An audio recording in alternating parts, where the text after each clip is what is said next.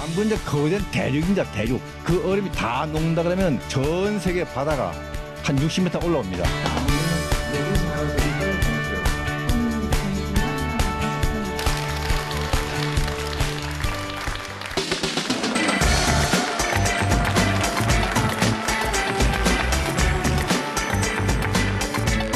안녕하세요. 예, 사람을 위한 과학, 알기 쉬운 과학, 그리고 지식이 쌓이는 과학 강연 사과나무의 진행자 정시훈입니다. 네, 여러분 인류 최초로 남극정에 갔던 분 아십니까?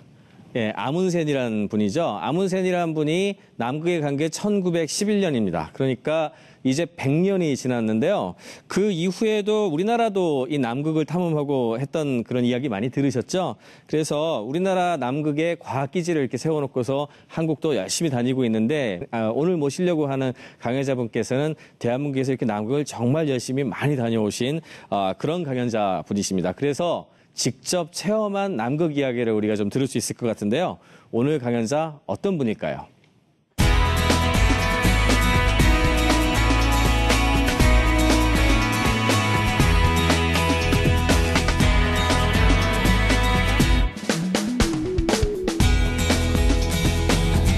오늘의 주제는 남극의 자연환경과 우리나라의 활동입니다.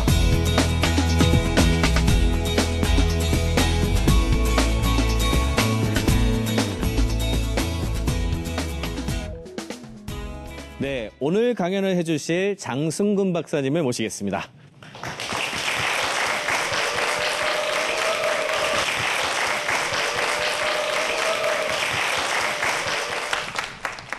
안녕하십니까?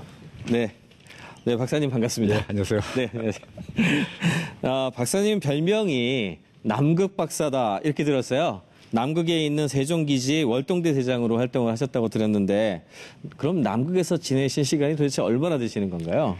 맨 처음 간 게 1985년 11월이거든요. 네네. 그다음부터 숫자로는 22번인가 되더라고요, 보니까. 22번. 예. 어우, 굉장히 많이. 근데 뭐 22번도 22번인데 1년씩 월동을 4번 했습니다. 네. 월동이라는 건 남극에서 1년 상을 말하는 거죠. 네네. 무슨 말이냐면 대개는 가서 한 달, 2달 정도 돌아오죠. 하계 연구대. 네. 근데 저 같은 경우는 이제 같이 가서 하계대와 같이 가서 겨울 넘기고 1년 살고 그러니까 12달, 10달, 16달 그렇게 네. 하는데 4번 했습니다. 그래서 자랑은 아니지만 대한민국 박사 한 25만 명 되는데 네. 남극에서 월동 4번 한 사람 저밖에 없어요. 네.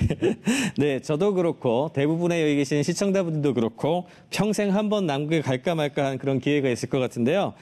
남극에 처음 가셨을 때 첫인상 그때가 1985년 11월 16일인데 그 남반구 여름이죠. 춥지도 않고 그때 칠대 공항이 기지에 네네. 도착한 거 공항에 뭐 땅 있고 산 있고 바다 있고 단지 먼 데가 이제 높은 산이 예. 눈으로 덮여서 얼음으로 저게 남극인가. 그래서 사실 그저 꿈에서 그러던 그 굉장히 추운 남극 아니고 네. 이런 데도 있구나 이런 생각이 듭니다. 예. 네네. 남극에 대해서 우리가 참 궁금한 게 많은데요. 장승근 박사님의 강연 지금부터 들어보도록 하겠습니다.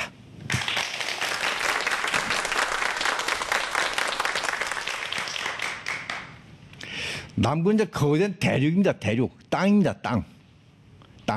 그냥 쉽게 말씀드리면은 뭐 우리가 생각할 때 강이 있고 바다 있고 나무가 있고 풀 있고 이런 건 아니고 거대한 땅인데 그게 거의가 다 어떤 책은 98%, 어떤 책은 99.6%, 99.7% 거의가 다가 평균 두께 2160m. 2160m 얼마 두께가 상상해 보세요. 한라산이 1650m입니다. 그것보다 210m 더 높아요. 거의가 다 덮여 있는 거죠. 만약에 그 얼음이 다 녹는다 그러면 전 세계 바다가 한 60m 올라옵니다. 물론 그래는 없겠지만요. 근데 이제 거기에 생물이 살고 식물도 있고 동물도 있고 또 인간도 들어가죠. 원래 남극 원주민이 없지만요. 자, 남극에 이제 우선 나무는 없습니다. 우리가 말하는 나무는 없습니다. 꽃피는 식물은 딱 2종이 있습니다. 왼쪽에서 남극 점새풀이라는 이 잔디계통 풀이고요. 오른쪽이 남극 개미자리. 지금 저건 사실 씨가 맺혀서 까맣게 보이는데 꽃은 하얗습니다. 저게 워낙 작아서 그냥 눈으로 안 보이고 확대해서 가져가 봐야 보일 정도입니다. 아주 작아요. 예. 그리고 대부분의 식물은 지류, 익지 그런 거죠. 그러니까 지금 가운데 보이는 저 누런 거는 이제 지류 같은 거나 그런 거 되겠습니다. 그 다음에 여기 보면 남극의 새, 펭귄이죠. 자, 펭귄은 한 5천만 년 전에 이 남반구 중위도 한 30도, 40도에 살던 물새가 이제 북쪽으로 올라가고 남쪽으로 내려가서 이제 진화한 거죠. 그래서 사실 펭귄은 남극에만 있는 건 아니고 갈라파고스 제도 거기도 있어요. 물론 남극에 있죠. 여기 펭귄이 몇 종이 있겠습니까? 한번 보세요. 여러분 몇 종이 있겠습니까? 맨 처음에 딱 보면 왼쪽에 목에 까만 끈 있는 펭귄이 보이죠. 이게 턱끈 펭귄이고 턱에 끈이 있다. 그다음에 그 왼쪽에 오른쪽에 있는 그 부리가 빨갛고 눈 위에 하얀 삼각형 그게 젠투 펭귄이고요. 그 다음에 한 마리 건너서 까맣고 하얀 게 보이죠. 그게 아들리 펭귄입니다. 그리고 요 그림에 펭귄이 세 종류가 있습니다. 펭귄은 새죠. 새입니다. 새라는 모르는 사람이 있어요. 제가 남극에 있을 때 같이 있던 의사인데 그 사람은 펭귄이 새인지 물고기인지 확실히 모르고 새인지 왔다가 보고 나서 아 새구나 알았다 그러더라고. 그래서 우리가 야 너 의사가 공부를 얼마나 많이 하는데 그걸 모르냐 야단쳤어요. 자 펭귄은 새니까 끼리끼리 모입니다. 저렇게 한꺼번에 모이지 않습니다. 저건 왜 그런가? 사진 찍은 사람이 그 새 종류를 한 곳에 찍고 싶어서 모아놨기 때문에 저렇게 찍은 겁니다. 원래 저렇게 모이지 않습니다. 동물이 새니까요. 그 다음에 이제 남극의 포유물이 있습니다. 저 왼쪽에 보는 왼쪽 위에 보이는 게 저 남극 물개죠. 근데 그 다음에 그리고 나머지 세 종이 해표입니다. 해표하고 이 물개가 어떻게 다른지 아세요? 저 그림만 보고 예 수염이 있고 수염은 다 있죠. 근데 자 가장 중요한 게 물개는 이 귀가 남아 있습니다. 귀가 해표는 귀가 없습니다.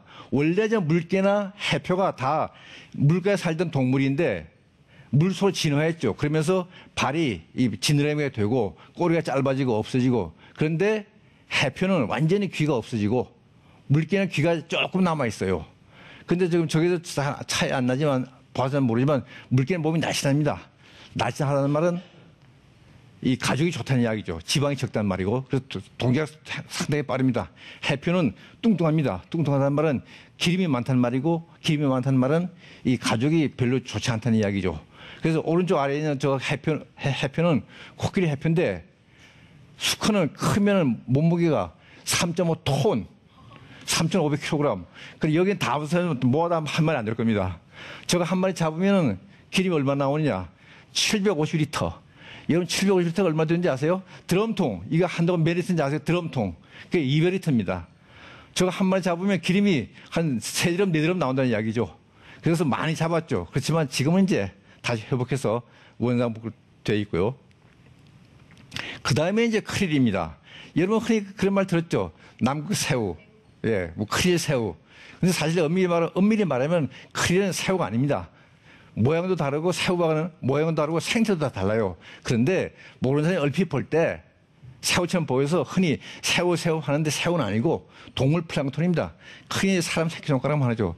저게 워낙 많아가지고 고래, 해표, 물개, 펭귄, 물고기 밥이 되는 거죠. 사실 우리 이 사람을 잡습니다. 우리도 잡아서 낚시 미끼로 쓰거나 아니면 동물 사료로 쓰거나 하죠. 예. 그 다음에 이제 저 오로라 되겠습니다. 저 사진은 이 우리나라 대륙에 있는 장보고기 거기에 오로라입니다. 저게 지금은 사진이 저게 보이지만 저게 움직입니다. 계속 쉬지 않고요. 저 오로라는 지구가 거대한 자석이라는 걸 알죠. 그 지구의 그 자력에 끌려서 태양에서 날려온 태양풍이 자력에 끌려서 지구에 들어오면서 공기 원자, 그래서 주로 산소와 질소가 되겠죠. 그 붙여서 내는 현상입니다. 오로라. 그 다음에 여러분 뭐 아문제는 스콧 모르는 사람 없죠. 아문제는 1911년 12월 이제 남극 도착했고 스코트는 아문제보다 한 달 늦게 도착했고 오다가 스코트는 몽땅 5명이 다 죽었죠. 아문제의 어머니는 의사였어요. 아문제는 집안이 선원이었습니다. 뱃사람. 어머니는 아들이 배 타는 게 싫어가지고 첫째 아들은 변호사를 만들고 둘째 아들은 아문제는 너 의사하라서 의과를 보냈어요. 근데 의과에 딱 들어가자마자 얼마 있다가 어머니 세상 떠나면서 아문제는 학교 딱 자퇴하고 항해사학교를 가가지고 탐험길로 들어섰죠. 그래서 이제 개를 이용해가지고 랑시에 먼저 갔습니다. 개를 데려가면서 약한 개는 죽여서 강한 게 먹이로 쓰면서 딱 정확하게 갔다 온 거죠. 거기에 비해서 스코트는 영국 해군 대령인데 이 사람은 말하고 설상태를 가져갔어요. 말이 죽고 설상태가 고장이 나니까 사람이 끌고 갔습니다. 사람이. 결국 한 달 뒤에 도착했죠. 스코트가 남극점에 다 도착해 보니까 텐트가 쳐있고 노래기가 날리면서 안에 편지가 있어요. 보니까 아무리 썼어요. 뭐라 썼냐. 스코트, 당신이 나 다음 여기 올 텐데 수고스럽지만 이 편지 우리나라 왕에게 좀 갖다 달라고야. 당신이 나 다음 여기 올 텐데 수고스럽지만 무슨 말입니까? 내가 당신보다 먼저 왔다 이 말이라고요. 아문제 스코트가 알았지만 서러워도 가져옵니다. 왜? 혹시 아문제 팀이 가다가 몽땅 죽으면은 극점에 왔다는 걸 자기밖에 아는 사람이 없으니까. 또 반대로 만약에 자기네가 몽땅 죽으면은 자기네가 극점에 왔다는 아는 사람이 아무도 없으니까. 그래서 가지고 오죠. 그러다 결국은 5명이 이제 차례로 한 사람은 얼음팀에 빠져 죽고 그래서 이제 죽고 또 한 사람은 동상으로 도저히 걷지를 못하니까 3사람이 눕혀서 교대를 끌고 갑니다. 그러니까 나 좀 제발 놓고 가라고. 그럴 수 없지 않습니까? 한 사람은 그러다가 이제 눈보라 속에 텐트 치는데 한 사람 사라졌고 나머지 셋이 한 20km만 더 가면은 1톤의 식량과 연료가 있어서 충분히 살 수 있는데 그걸 갈 수 있는 방법이 없어요. 밖에 눈보라고 기름 한 번 없고 먹을 하나 없고 결국 이제 세 사람이 이제 편지 쓰고 이제 결국 누워 있다가 한 거죠. 그다음에 이제 가운데 이제 십자가는 이 스코트 마지막 3사람의 시신이 발견된 것입니다. 그때 그 카메라에서 필름 현상한 게 그 오른쪽 위에 보면은 스코트 팀 5명의 그런 사진이죠. 결국은 이제 3사람을 다 떠난 거죠. 저 무덤은 지금은 없습니다. 저건 그때 1912년 때 이야기고 지금은 저기 천천히 북쪽으로 가면서 이제 땅으로 이제 이 바다로 들어가죠. 예.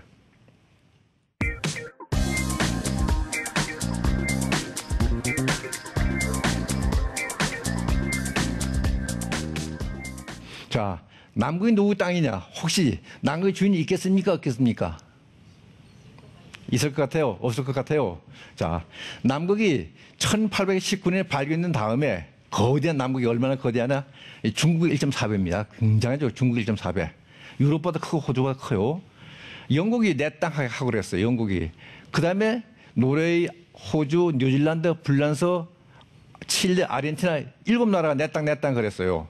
그런데 땅 주장하려면 이유가 있어야죠. 먼저 발견했다가 탐험했다 뭐 이유가 된다고요. 뭐 대놓고 아무나 그런 말 못하니까. 그러다가 이제 1959년, 61년 남북조약이 발효되면서 그걸 인정도 안 하고 부인도 안 하고 그냥 내버려뒀어요.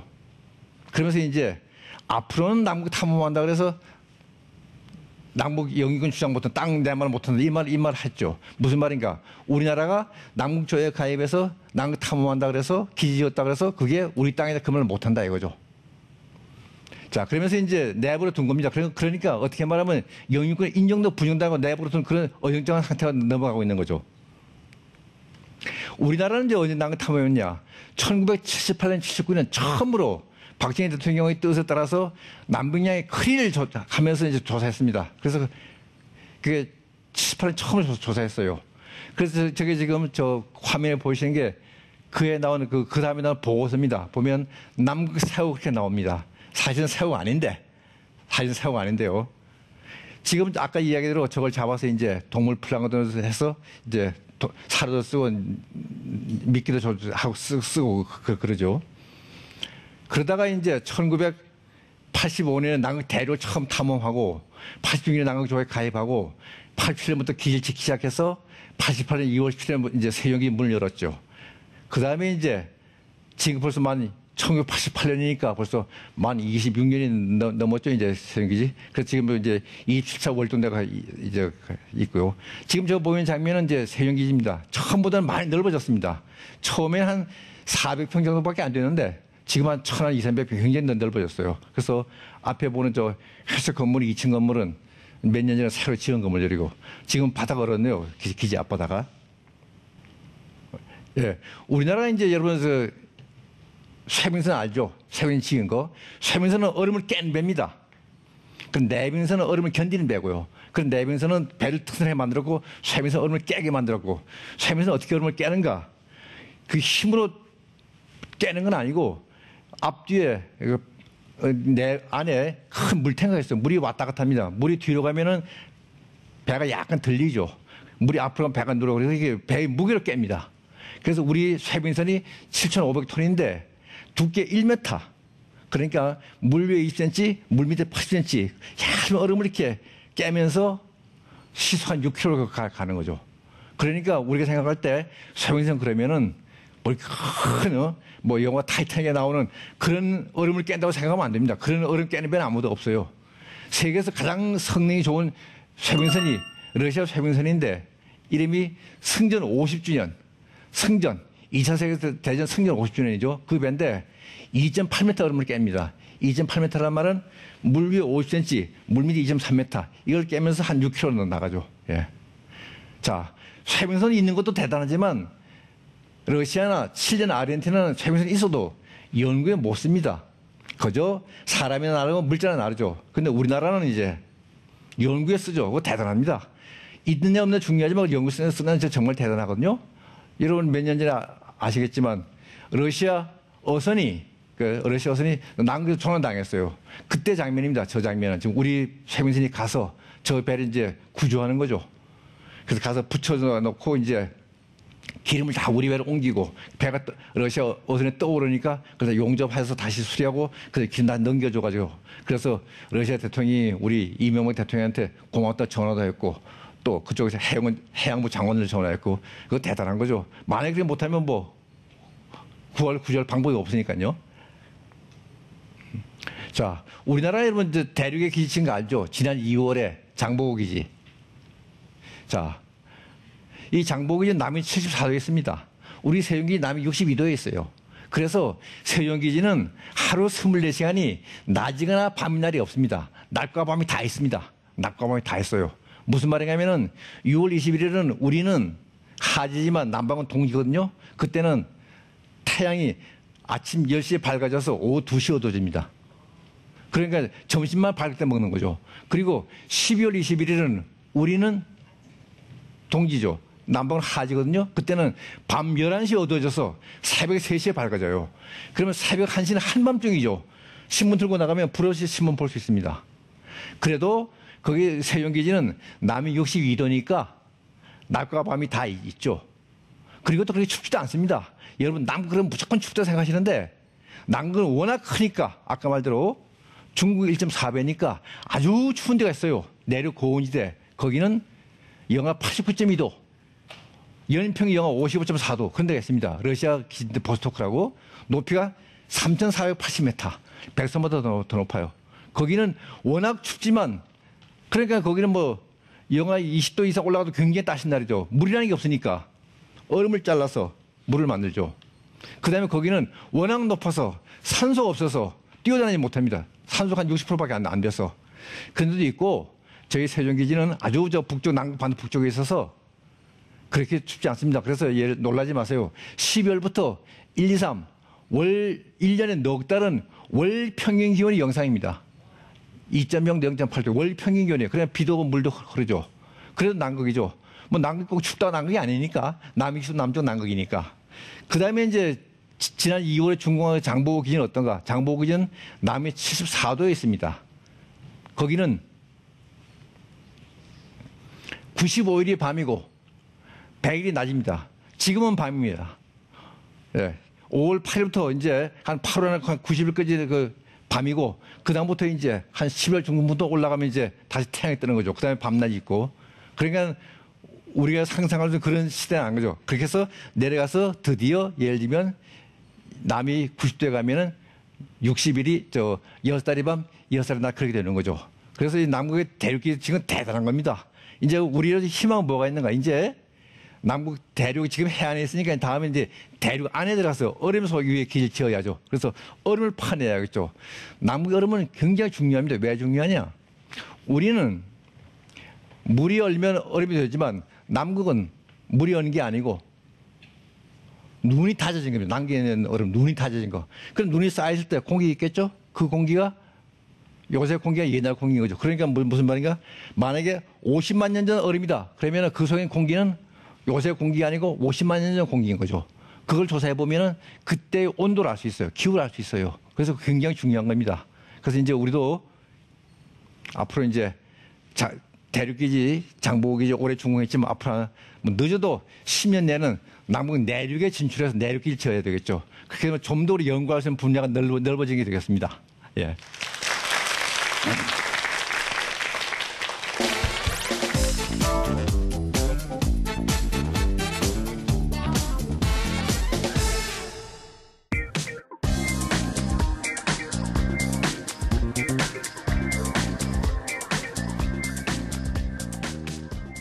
네, 박사님 강연을 듣고 나니까 정말 남극이 재미있는 곳이기도 하고 방금 진짜 남극 여행을 한 것 같은 그런 느낌이 듭니다.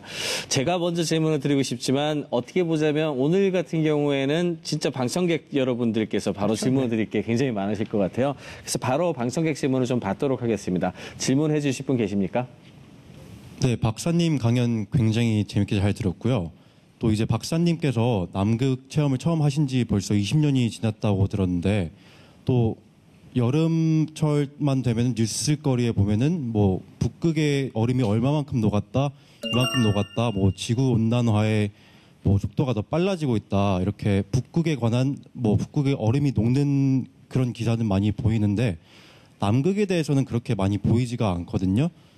제가 1995년 세 번째 월동할 때 저희가 2월 17일 세종기 준공 기념일이니까 하루 이제 기념식하고 우리 대원들 같이 그 뒷산에 가서 얼음 밑으로 이게 지나갔어요. 얼음 밑으로. 네. 그런데 지금은 그 얼음이 완전히 다 녹아서 완전 땅으로 골짜기 돼 있어요. 같은 날짜인데도요? 예, 벌써 1995년 한 20년 안 됐는데 그리고 벌써 몇 년 전에 그렇게 됐고요. 그다음에 이 세종기지에 보면 이 북동쪽에 보면 뭐 빙벽이 있습니다. 빙벽이란 말은 뭔가 하면 얼음이 천천히 흘러내려와서 무너지는데 옛날에 추울 때는 여기가 와서 무너졌는데 지금은 기온이 올라가고 더우니까 이게 자꾸만 여기 못 오고 여기서 무너지니까 이게 자꾸 후퇴합니다. 예. 그리고 세종기지는 10년마다 기온이 0.6도씩 올라가요. 10년마다 0.6도씩. 그렇기 때문에 이제 확실히 더워지는 게 기지 느껴질 수 있어요. 예. 네, 그러면 어떻게 보면은 거기에 가셔서 보셔서 그런지 저희가 느끼는 것보다 지난 20년 동안 온난화 진행되는 건 그 어느 곳보다 명확하게 볼 수 있는 그렇죠. 곳이거든요. 예. 거기 왜냐면 남극 반도는 남극에서도 온난화가 가장 빨리 진행된 것 중에 한 곳이니까요. 네네. 예. 뭐 혹시 이건 뭐 연달아 비슷한 관련된 질문이 있을지도 모르겠는데요. 거기에 그 아까 제가 동물들 재밌는 동물들 예쁜 동물들 많이 보여주셨는데 그 온난화 때문에 그 동물들도 이렇게 그렇죠. 변한다든지 이런 게 좀 있었나요? 좋은 질문입니다.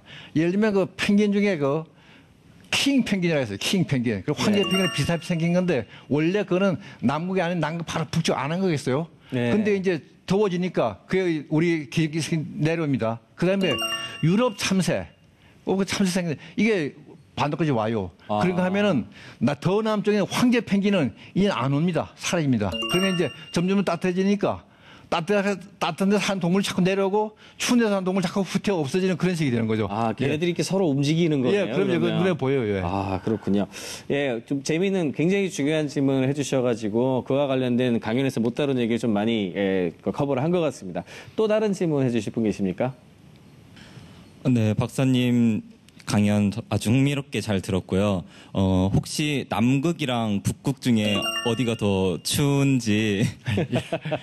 예, 질문 많이 받는데 남극이 더 춥죠. 왜냐? 남극은 우선 아까 말한 거대한 땅입니다. 땅. 그리고 높이가 평균에 2,500m입니다. 굉장히 높은 거죠. 그리고 거기에다 눈과 얼음이 덮였으니까 햇빛이 다 반사입니다. 거기에 비해서 북극은 땅으로 들어서는 바다거든요. 바다. 그리고 수면이니까 뭐 높지 않으니까 벌써 기온이 높죠. 그래가지고 남극은 지금 현재 관측된 초저기 영하 89.2도고 북극은 오히려 바다보다는 이 시베리아에서 한 71도 정도가 아마 그 오이마크는 거기서 기록이 됐죠. 그래서 남극이 훨씬 더 춥습니다. 예. 네, 굉장히 재미있는 강연을 굉장히 많이 들었고 또 뒤에 이제 질의응답에서도 정말 중요한 이야기들 많이 다뤄진 것 같습니다. 우리 장승근 박사님 오늘 강연 너무 감사합니다.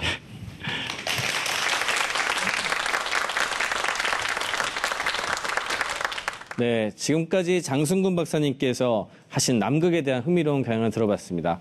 여러 가지 내용들이 기억에 남지만 전 개인적으로 그 남극 점에 먼저 가기 위해서 치열하게 경쟁했던 아문센과 스콧에 대한 어떤 이야기가 굉장히 기억에 많이 남습니다. 이 두 산하에 대한 이야기죠.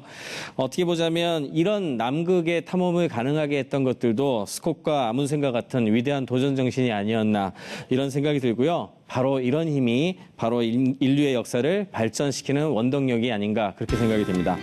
톡톡 튀고 아삭한 과학 강연 사과나무. 저는 다음 시간에 다시 찾아뵙겠습니다.